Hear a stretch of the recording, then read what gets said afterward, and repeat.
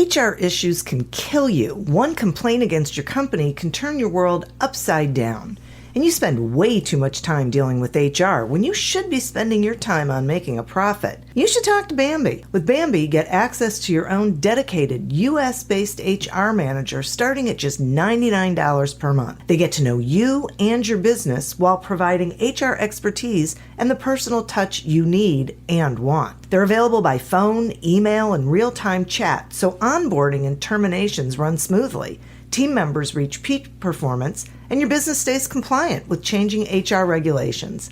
And with Bambi's HR Autopilot, you'll automate important HR practices like setting policies, training, and feedback. HR managers can easily cost $80,000 a year, but Bambi starts at $99 per month. Schedule your free conversation today to see how much Bambi can take off your plate. Go to Bambi.com right now and type in Accelerate under podcast when you sign up. It'll really help the show. Spelled BAM, BEE.com. Bambi.com. Type in Accelerate. Welcome to Accelerate Your Business Growth, where we're exploring all sorts of business topics. Experts from around the world join me, your host, Diane Helbig, for a conversation where they share their expertise with all of you. Take what you need when you need it. Featured on Inc.com, Forbes, and MSNBC's Your Business, this podcast is recognized as one of the best podcasts for small business, sales, leadership, social media, and more. When it comes to business, Accelerate Your Business Growth has got it covered. And now on with the show. My guest today is Molly Ruland. Molly is the CEO and founder of Heartcast Media, a digital content agency focused on content marketing for founders, coaches, and brands. Molly specializes in producing high-quality branded video content to businesses that want to generate revenue and create strategic relationships through content marketing. Molly's a frequent speaker about the business of podcasting, marketing, and content creation. She currently lives in Costa Rica with her dogs and runs her global business remotely. Thanks so much for being here today, Molly. Thank you for having me.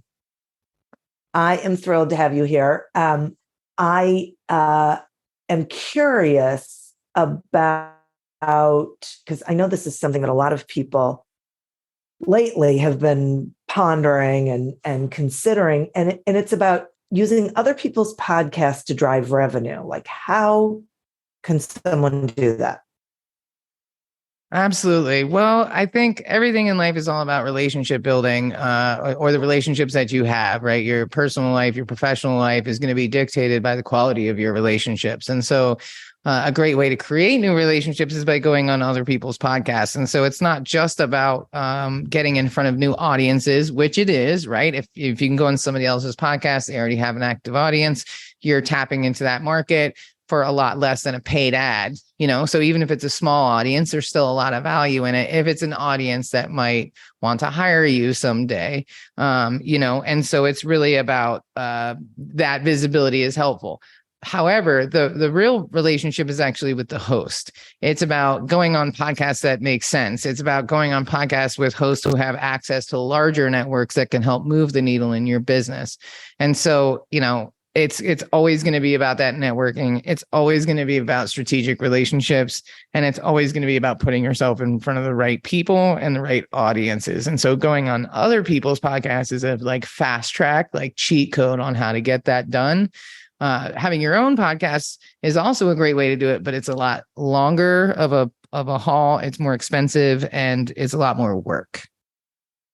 Yeah, for sure.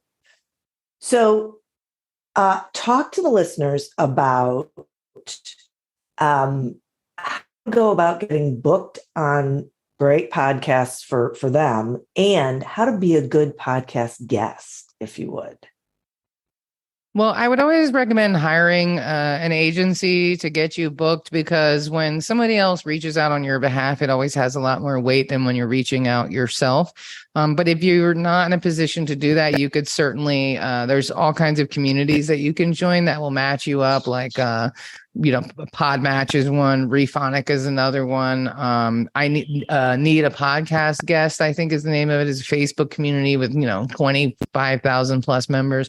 So there's definitely places to go to get yourself booked. But I think the main thing is to remember, what is your CTA? What is the point in going on these podcasts? And have you really refined it? And do you have a clear place to send people at the end of it? And making sure you're not going on podcasts that are a waste of time or don't match up with the quality of your brand, or especially in this time, don't match up with your political or personal belief systems. You have to kind of vet everything these days to make sure you don't represent yourself the wrong way. But getting, anytime, I booked musicians for almost 20 years. And whenever I would do events, if I reached out to an artist and they'd say, hit up my booking agent, I would always know that I'd have to pay more. So it was like, oh man. Yeah. And that's just the name of the game. When you have a booking agent, you get paid more and you get respected more. So if I reach out and I say, I'm reaching out to get this guest on your podcast, and this is what makes them great, this is what makes them different, this is why they're a good fit, that email is probably going to be read and taken a little bit more seriously than somebody with a podcast. Yeah, I definitely, I think that is a huge point. I know, like for my podcast, I get a good number of people who reach out to me directly, and they are good. Most of them are valuable guests. But I also have those agencies that over the years I've developed relationships with. And so they know what a good guest looks like for my podcast. So they're careful about who they send my way. And you're, of course, more open to it because you're like, oh, it's that agency. Like, they always send me good people, like send them on through. And so, there you go. It's the relationship, it's always about the relationships. Absolutely. Absolutely. Okay. Well, so then speaking of the relationship, this is something that I think a lot of people struggle with, and that is SEO optimized content, but still keeping it connective. So what advice do you have? Use AI. There's a really great tool. I can share the link with you, Cast Magic, that can take your content and optimize it and, write better SEO optimized titles for your content and pull the keywords and all that. SEO is just this like deep, dark black hole of despair where you're just trying to get this attention of the robots. You know what I mean? Not to be too dystopian, but at the end of the day, it's like, pay attention to me, Mr. Google.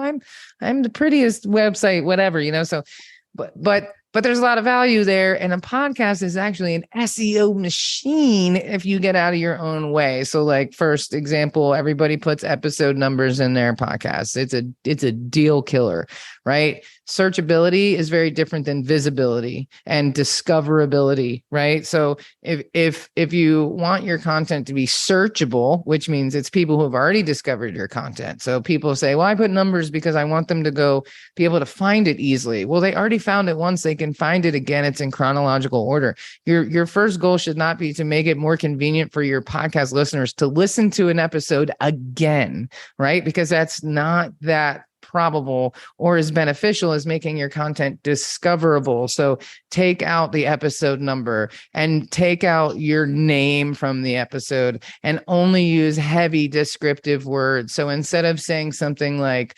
episode 100, brand marketing with Molly Ruland, it should say double your revenue in 30 days with brand marketing, with Molly Ruland, right? Like, which one are you more compelled to look at? And if people are searching, right, they're not searching for episode 100. So unless somebody's like, today I'm going to listen to the episode number 100 of any podcast I can find, then having the episode number would make sense, right? But if not, then it doesn't make any sense. So using AI tool like Cast Magic will actually just take all that work out for you. It's going to suggest you 10 titles. It's going to suggest keywords. It's going to suggest that stuff and make it a lot easier for you to kind of cheat code your way through that and put up better content, because podcast, it's an SEO machine. You've got a transcription. That's Google authority. If you create a blog post and you put the transcription on the page, don't make a button where people can download it. Put it on the page. That's how Google will see it. They can't see it if it's a download, Oh, right. It's just little things like that, taking the episode number out. When your podcast description, you want to think counterintuitively a little bit. Like somebody might say, well, welcome to Molly's podcast. And we're sitting with Molly and we're talking about of Heartcast Media, and we're talking about brand mastery. No. It should say, do you want to double your revenue in 30 days or less? Well, you check out this brand mastery and strategic planning through content creation for any business coach. Today on Molly's show with Molly, right? Not the other way around, right? Because and so it's very opposite of what a lot of people think, right? And so even they put the name of the podcast in the title, so every single title says camp content with camp content. It's not it doesn't work the way people think, right? That redundancy can actually work against you as far as Google's concerned, because it looks like you're putting up duplicate content, which you can actually get penalized for. So Cast Magic, any AI tool is going to be a great way to just bridge that gap, solve that problem, take you out of the driver's seat. It's going to do a better job of writing that SEO content that you will. But it is really important because, why not make the most of it? Why not get every bit of value out of that podcast? Because a lot of people talk about repurposing, but it's actually not repurposing. It's leveraging.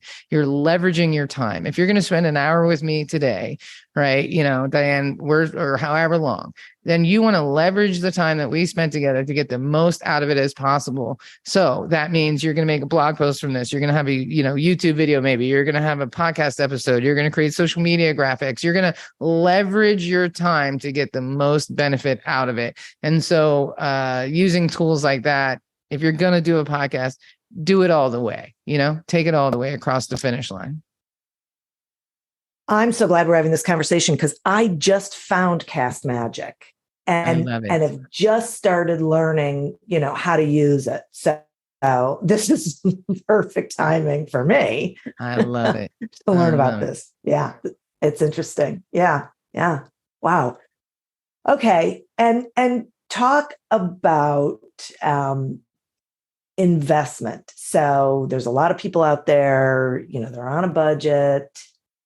How do they know what it is reasonable? What is a good investment on creating branded content?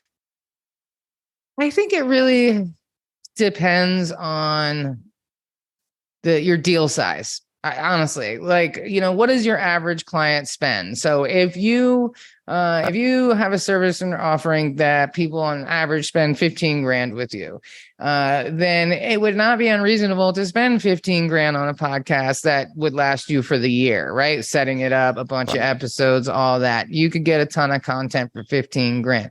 You could probably produce, 20, 30 episodes. I don't know, something around there, 20 episodes with that amount of money with a super pro company, like white label. You're doing nothing but showing up and recording. If you can put out 20 episodes and you're doing 20 strategic relationship building, you're going to close one of those deals. Your ROI is there. So I think people should look at it as what are my numbers? What's my ROI? What does success look like? And then making sure they're interviewing people and creating a runway for that revenue, because that's the answer. Podcasting is the one thing where too many people feel comfortable saying, I'm going to buy this crappy microphone and I'm going to edit it myself. And I'm not going to do the show notes and I'm not going to do the blog post and I'm not going to do the newsletter because I just want to see if it works. Well, let me save you some time, money, and embarrassment. It's not. So don't bother. Nobody wants to listen to your Blue Yeti anymore. Nobody it's like, if you really want to represent your company and you want it to be highly professional, if your deal size is 15 grand, then you need it to be professionally produced. If your deal size is, a $30 course, then you need volume, right? And you need to be doing paid ads to get in front of people. So I think the investment is like in no other areas of our life, especially as Americans, do we say, I'm going to buy the cheapest, crappiest, low budget version of this. And if it works, like I'm going to go to the store, I'm going to buy the worst piece of steak. And if I like it, then I'll buy the filet. That's not how it works. You know what I mean? So I would say, Chris Kremitzos from Podfest, he always says, start ugly. And I'm with that, but buy a good microphone.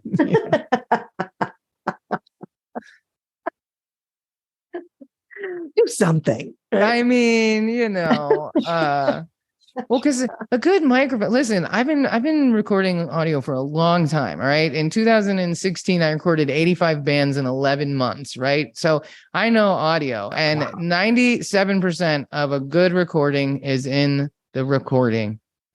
When you use a good mic, you don't need to edit it.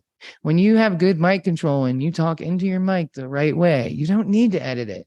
When you adjust the gain and you adjust your microphone to the setting that you're in, you don't need to edit it. You still need to edit, but nowhere near as much. If you record with your Yeti and you're talking into the wrong end of it and you got the gain all the way up and your neighbor's lawnmower is in the background, well, you're going to have a lot of editing to do. And anytime you take audio and anytime you take sound out of an audio file, you take other things out of that file. And the thing about audio editing, it's like soup. If you oversalt the soup, it's a wrap. You can't unsalt it. And the more you monkey around with an audio file, the more times you go in and you mess with it, it starts to corrode and it starts to have problems and have weird glitches and things disappear. You've oversalted the chicken. So if you want to avoid all of that, buy a Shure MV7. It plugs right into your laptop. Buy a boom arm. Keep the microphone less than 3 inches away from your mouth. And that will solve 99% of your audio problems right then and there, period. Wow. Okay. Are you listening, folks? That is gold. So, I mean, everything you're saying is gold, but that is a huge problem that so many people experience because they don't get educated before they decide to start doing it. I mean, I didn't get educated before I started doing it. That was back before they were actually called podcasts, but right, exactly. Yeah. Back in the internet radio days. Is it? Well, somebody has to be the pioneer. You know what I mean? You're a pioneer. I guess. So, yeah. I sort of stumbled. Explain the difference between thought leadership and business development podcasts. Is there a difference? For sure. Okay. So to me, business development is all right. So I living in Costa Rica, I got all these new analogies, right? So I think marketing is like fishing. Okay. And there's different ways to fish. If you're spear fishing, you're in shallow waters, very specific tool, very specific target. You're barely getting your feet wet. You know what I'm saying? You're going for a big fish. That is a branded podcast for business development. Who are 12 people that I want to do business with this year? I'm going to interview them. And I don't care about the audience. I care about the guests, and I'm creating a runway. That's spear fishing. Now, the next type of fishing, when we go out on the boat, when we want to catch mahi, we go out a little bit, not super deep, maybe 400 or 500 feet. We have different fishing lines, different bait, and we go a different speed to attract those fish. Right? Same thing with marketing. Now you've got social media assets that you've created. So you've did this interview with somebody you want to do business with. Now you've got social media assets that you can put out there. You're putting the bait on the end of the hook. Look at me. Look at the stuff that I'm doing. Aren't you interested in me and my business? It's the bait on the end of the hook. Same thing if you want to catch tuna, you got to go even further out. When it gets down to 1,500 feet, you use different bait and the boat goes at a different speed. And that's a whole different type of fish that you're trying to catch. And I think content creation is the same thing. Thought leadership is, look at me, I'm super smart. I'm going to consistently show you that I have thoughts and values in this space, but it's really just about presenting yourself in that image. A business development podcast is, hey, Diane, I'm going to do a killer interview with you. I'm going to do a 2-minute intro. I'm going to knock your socks off and wow you all the way to you sending me referral emails in a week from now. That is a very different target. That's a very different goal. So you can accomplish both. But if you're setting out purely as thought leadership, then you're going to need to make a million clips, and you're going to need to put money behind that, because if you want to actually flood the market with your content, you got to make a ton of it, and you got to put money behind it. And being highly visible does not mean you're highly profitable. Those are very different things. Very different things. I have a client who just started a TikTok account. She's a real firecracker, man. This woman is so incredibly smart. Gina Malakan Long, right? She's a personal trainer, NLP. I mean, she's traveled all over the world. She's done all kinds of really amazing stuff, right? She opened up a TikTok account, grew it in 1 month, 5,000 followers, millions of views on her videos. And she goes, it's a waste of time. I love her so much. She's like, it's a waste of time. Nobody's calling me. Nobody's clicking on it. Nobody clicks out of TikTok, right? So going viral is not like, it doesn't mean anything. Is it going to get her a speaking engagement? No. Is it going to get her a discovery call? No. Is it going to get her a coaching client? No. Is it going to make her more visible? Are people going to think of her as a thought leader? Sure. Does that translate into sales? Probably not. Yeah, right. Welcome to Don't Retire, Graduate, the podcast that asks you what you want to be when you grow up so you can graduate into retirement with a purpose and a passion, whether you're 25, 85, or any age in between. Gain actionable financial and mindset tips from your favorite authors, podcasters, and influencers to help you reach that exciting next chapter. Listen now and start building your path to financial freedom and reframing what retirement can mean to you. This is your host, Eric Brotman, reminding you, don't retire, graduate. Hi, I'm Christina Yerling Biro, host of the podcast Pop Culture Confidential. Join me as I go way behind the scenes with some of the most influential people in entertainment and media. Hear actors such as Succession's Brian Cox talk about his favorite characters to play. There always has to be a mystery. The audience have to be in a situation where they want to know what's going on. Meet studio execs like Pixar chief Pete Docter and learn his secret on how he makes us cry. Emotion is our first language. And so many others who are defining popular culture, from Obama speechwriter David Litt to Top Chef host Padma Lakshmi. We don't often think about food politically, or we don't want to, but it really is. Join me. Search for Pop Culture Confidential wherever you get your podcasts. All right. So then I think what I'm hearing is especially small business owners should be shooting for the business development podcast. Mm-hmm. Right? Exactly. The guest, not the audience. Right. And I can give you a prime example. So Great. 3 years ago, I have a podcast. I don't do it anymore, called The Lower Third. And that's your like chakra for personal responsibility. I just want to interview people in DC that I thought were amazing. So I interviewed this guy named Michael Aiken, and I did this killer intro. I did like a 4-minute long intro where we even did video clips, the whole bit. And I'll send you the link. It's a great interview because he's a phenomenal human being. And I did this amazing intro. At the end of it, he was like, that's the most amazing intro anybody's ever said. Mind you, this guy, Inc. 5000, fastest growing company. Yeah. I mean, they're killing it. They have international offices. I mean, they work with seniors and foster kids. I mean, they're just, I can't say enough good things, but nobody ever really talks to Michael about Michael. You know, it's always his team. And that's him. He's a great leader. He always deflects to how great his team is. But we had this conversation. I did this intro. I asked him questions that I was genuinely curious about. It changed everything. From the end of that conversation, we are now friends, right? The gift of reciprocity. It wasn't intentional. I was really impressed by this guy, and I respected him a lot. And I wanted to make sure that he felt very welcomed and appreciated on this podcast, since he took time out of his day to talk to me, right? Ever since that podcast, he has probably sent me over $100,000 worth of business. Hey, wow.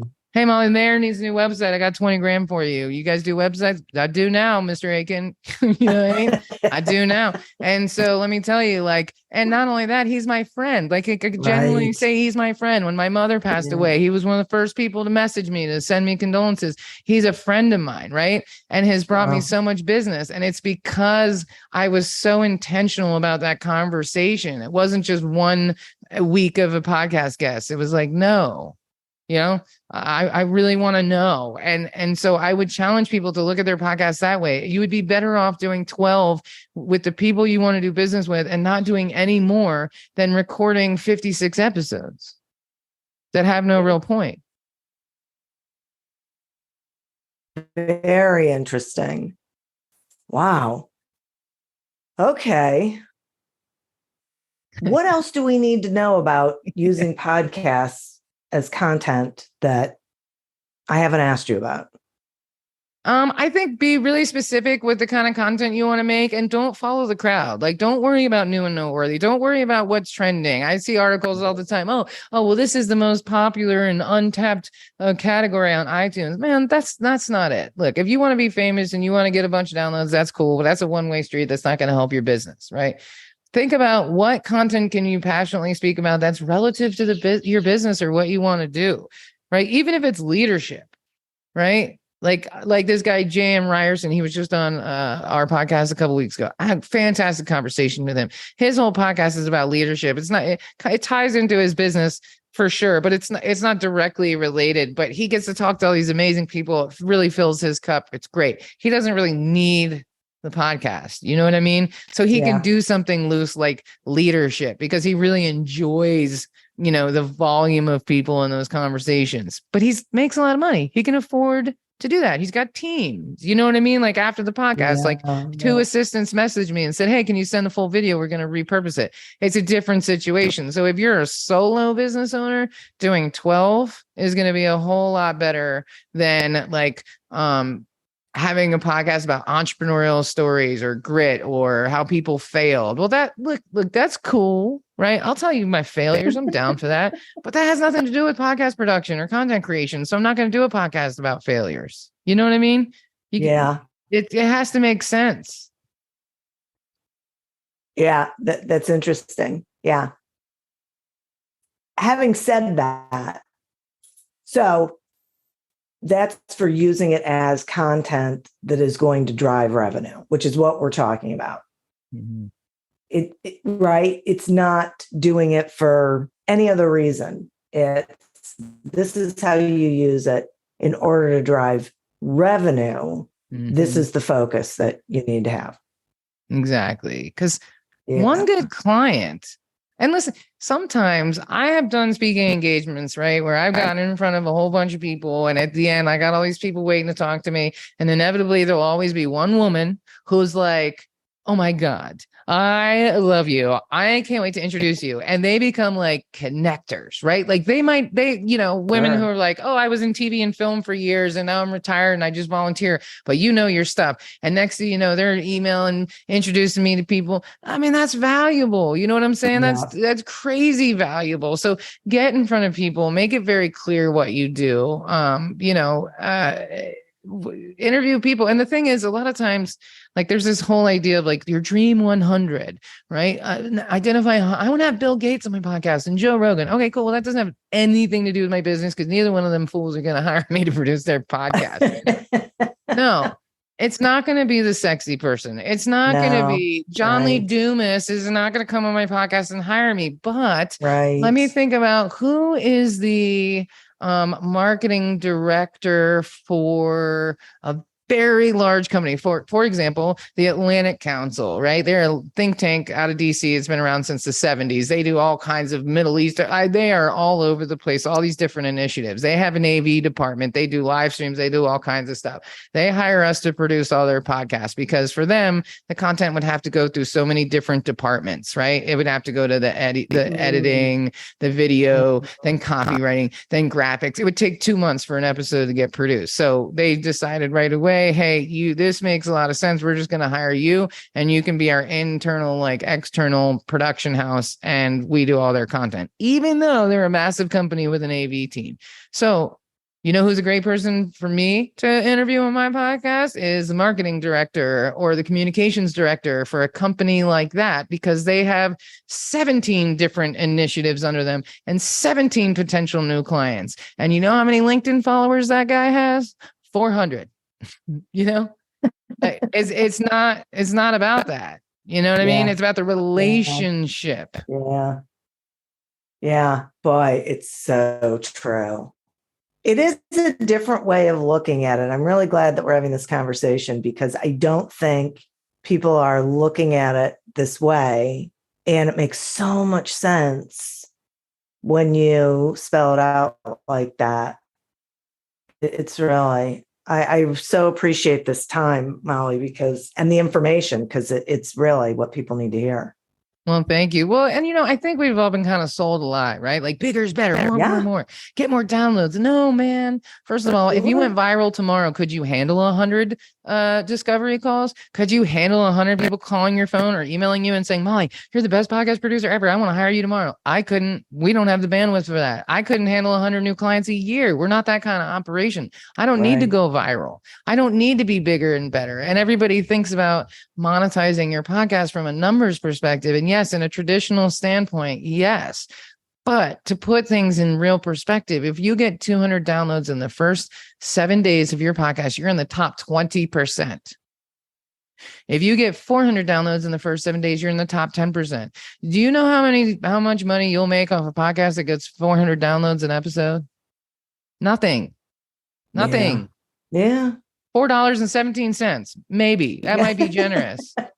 So again, it's not about numbers. It's not about Libsyn or Podbean or any of these platforms paying you money, because if you're not putting money and you don't have hundreds of thousands of downloads, you're not going to get paid like that. However, you could very easily go to somebody, pull out your Rolodex, right? Like dating myself a little bit, and think about who do you know that needs content that you have a great relationship? And you could go to them and you could say, listen, Marty, right? I'm gonna do this podcast. I'm doing 12 episodes the next season, and it's all about shopping local, right? And you're a local business and you need some content. So what I can do is make you the sponsor, put your logo all over it, do a host written ad, which have a ton of things, and it would only cost you X amount of dollars, and you'll get representation on these 12 episodes. You're gonna get that money. 100%. It's a relationship you've already formed. Somebody who already knows and respects you. Somebody knows your content. You're solving a problem for them. You're saying, okay, if you sponsor the next 12 episodes, you're going to get 12 audio files, 12 video files. We make 3 social media graphics for every single episode. That's 36 social media graphics. We'll make 2 short videos from every episode. Now you've got 24 social media short form clips that you can put on YouTube. And all I want from you is, $500 an episode. I need $6,000 to do this. They would be like, done. Who should I send the money to? Because anybody who knows their stuff knows that has a lot of value to it, a lot more than $500 an episode. So if you want to monetize on a traditional standpoint, again, it's still always going to come back to your relationships, because you saying I get 400 downloads an episode is not going to impress anybody, but it's actually massive. That's the rub. 400 downloads puts you in the top 20% of all podcasts. It is amazing the difference in how people like grade or value podcasts, right? It's insane. And you're a podcast producer. How much time does it take, right? Like, how many hours do you spend? Like, what is your hourly rate, right? Is it $100, $200, $400 an hour? Well, how many hours are you spending on that? There's a real cost associated to producing that podcast. So if you say, okay, the average podcast takes me 5 hours to produce every single episode, and I'm going to do 12 of them. Well, that's 50, 6 hours, whatever. Math isn't my strong suit. That's around 60 hours of my time. And if I get paid $200, that's $1,200. I need a minimum of, that's $12,000, right? I need a minimum of this. Like if I'm going to do this for myself and I'm going to put somebody else's name on it, then they got to pay what it would actually cost them to hire somebody else minus something. And there's the benefit for them, right? Right. There's the benefit for them. But why do any less, right? This idea of diva. But honestly, I think that you should focus more on who you're interviewing and worry less about those kind of things, because that's where the real money is. Yeah, I hear you. Right. Oh my gosh. So, okay. And if people want to find you and talk to you about all of these things, how do they do that? Absolutely. Well, they can go to the website, which is Heartcast Media, like podcast, but heartcastmedia.com. And that's for the business. All the information is there. You can see samples of our work, contact forms, social media links. It's all there. And then I also have a personal website. It's just mollyruland.com. And I do strategy and like coaching with people, primarily around business development, branded content, and kind of lifestyle design. Moving to Costa Rica has made me a lot of people are very curious about that step. So I'm kind of helping guide some people, especially women, on how to figure it out what they really want. Right. So if anybody's interested in just like a little clarity, maybe they don't want to produce podcasts, they can work with me that way. But I'm always open to talking to people about strategy. I love it. It makes my brain feel good, to be honest. And I really enjoy empowering women with tools to help them make more money, because when women make more money, we make the world a better place. We impact our families, our communities, our employees. Everybody wins when women make more money. The data is there. So if anything I have said today helps any woman or anybody listening to make more money, especially my girls, then it was 190,000% worth my time and effort to do so. I hope people go make lots of money and then message me and let me know they're winning. I love that. Thank you. Thank you so much for being here and sharing all of that awesome information. And listeners, thank you. You are who we're doing this for. Thank you for tuning in to this episode of Accelerate Your Business Growth, a production of Evergreen Podcasts. Discover more episodes of this podcast and explore others at evergreenpodcast.com. As always, continue to prosper and be curious. And if you're looking to get your sales strategy headed in the right direction, pick up a copy of Succeed Without Selling on Amazon or wherever books are sold. Until we meet again on another episode of Accelerate Your Business Growth, goodbye and good day. Hi, I'm Christina Yerling Biro, host of the podcast Pop Culture Confidential. Join me as I go way behind the scenes with some of the most influential people in entertainment and media. Hear actors such as Succession's Brian Cox talk about his favorite characters to play. There always has to be a mystery. The audience have to be in a situation where they want to know what's going on. Meet studio execs like Pixar chief Pete Docter and learn his secret on how he makes us cry. Emotion is our first language. And so many others who are defining popular culture, from Obama speechwriter David Litt to Top Chef host Padma Lakshmi. We don't often think about food politically, or we don't want to, but it really is. Join me. Search for Pop Culture Confidential wherever you get your podcasts.